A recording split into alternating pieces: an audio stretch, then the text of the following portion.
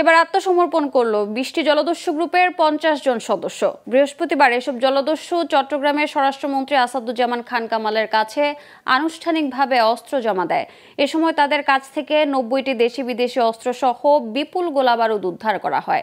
এর মধ্যে একজন নারী জলদস্যুও আছে। এসব জলদস্যু চট্টগ্রাম ও কক্সবাজারে বঙ্গোপসাগরের গভীর সমুদ্রে জেলেদের কাছ থেকে সবকিছু লুটে নিত তারা।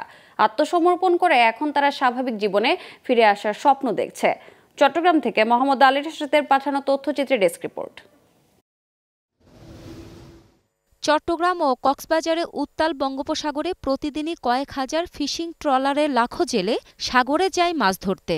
জীবন বাজি রেখে গভীর সমুদ্রে যাওয়া এসব জেলের কাছে চরম আতঙ্কের নাম জলদস্যু।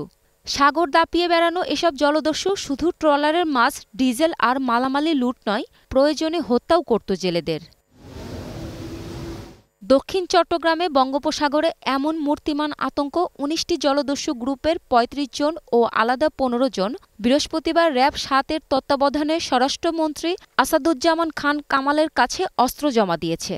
এছাড়া প্রথমবারের মতো আত্মসমর্পণ করেছে এক নারী জলদস্যু।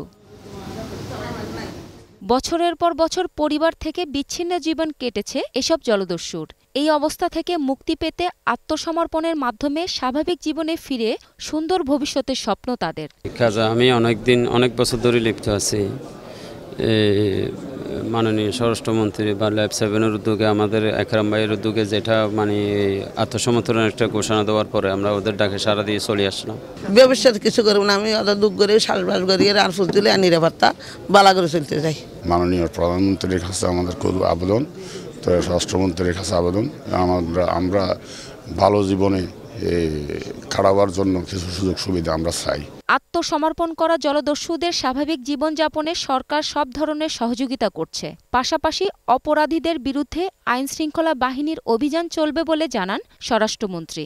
আত্মসমর্পণকারী জলদস্যুরা যেন পুরনো পেশায় ফিরে না যায়, সেই জন্য সমাজে স্বাভাবিক জীবনযাপন করতে পারে, সেই লক্ষ্যে তাদের পুনর্বাসনের ব্যবস্থা করা হয়েছে। মাননীয় র‍্যাব ফোর্স তো করেছেন নিজেদের অর্থ দিয়ে, আমাদের মাননীয় প্রধানমন্ত্রী তাদেরকে বিশেষভাবে অনুদান দিয়েছেন এবং তারা আজকে স্বাভাবিক জীবনে ফিরে আসছেন।